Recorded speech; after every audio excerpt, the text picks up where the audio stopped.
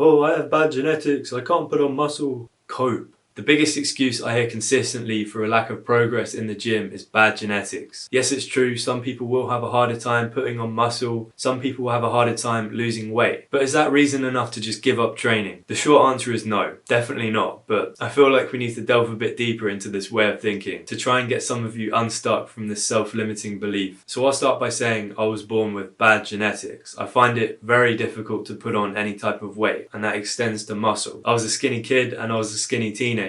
But I didn't really have the best habits around sleep, exercise and diet. I didn't really help myself. Started gym a few years ago and it's had an amazingly positive impact on my life. My poor mental health cleared up tremendously. I'm more confident. I like myself more. And because of that confidence, I feel as though I've done things that I never would have been able to do before I started training. But 2 years into working out, I still have this recurring thought. That's that I should have made more progress by this point. There's people I know who started like 6 months ago and they already look bigger than me. It's essentially just me comparing myself to others, and I'm not going to tell you that that's a bad thing. I actually think it's quite a natural thing for a man to compare himself to another man. As men, we need strong role models that we can idolize for a bit until we eventually become the role models. So I think comparison isn't necessarily the main issue. Maybe it is if you decide to count social media, because I don't believe it's a natural thing for men to be scrolling through pictures of like guys with top 1% physiques. You're not really going to see that many guys who look like this in your day-to-day life. They get the most likes and that's where you see a lot of them on social media, but they're few and far between in real life. But returning to the topic of bad genetics, I think the real problem is a lack of gratitude. And I actually think a lack of gratitude is the root cause behind a lot of insecurities and mental health issues today. We don't really look at the bigger picture. We're kind of focused on the things that we don't like about ourselves, the qualities that we wish we could change, but we're turning a blind eye to the things that are genuinely admirable about ourselves. I'll tell you what, no one really thinks about it this way anymore, but it really is a blessing for you to be able to go to the gym at all. You're fucking blessed to be able to do that. I can guarantee you that there are people out there who are so desperate to switch places with you, who have no money, they can't afford a gym membership. Maybe they have a health condition, it's dangerous for them to work out. Or maybe they live 100 miles away from the nearest gym, but they desperately want to go and they're unable to. All the right circumstances in your life have aligned so you can go to the gym, and you want to squander that potential by saying, I have bad genetics. Like I said, no one really has that mindset nowadays, but I think it would be really good for more of us to get into that headspace. We should be genuinely appreciative of the things we have. I can't sit here and complain about my poor genetics because I know there's another guy at the opposite end of the spectrum. Some guy who gains weight really easily and can't go to the gym because he can't bulk, he'll get too fat. There's literally an unlimited amount of excuses you can make up when it comes to this bad genetics thing. Just right then, by pointing out another man's potential insecurity, I've highlighted something good about myself. Millions of people every year struggle with losing weight, and I'll never have to go through that struggle. I'll never be fat. Maybe I look less muscular because I'm tall. Compared to a short guy, the muscle is going to stand out more on him. But would I rather be short? No, I wouldn't, because being tall is seen as quite a desirable trait. That's an example of my good genetics. I don't want to just give you the standard advice of you need to do it for you. Don't care about what everyone else thinks about your body. But accountability is really important for a man. Your alleged problem of bad genetics is no one else's problem. It's yours to solve alone. It's just another form of adversity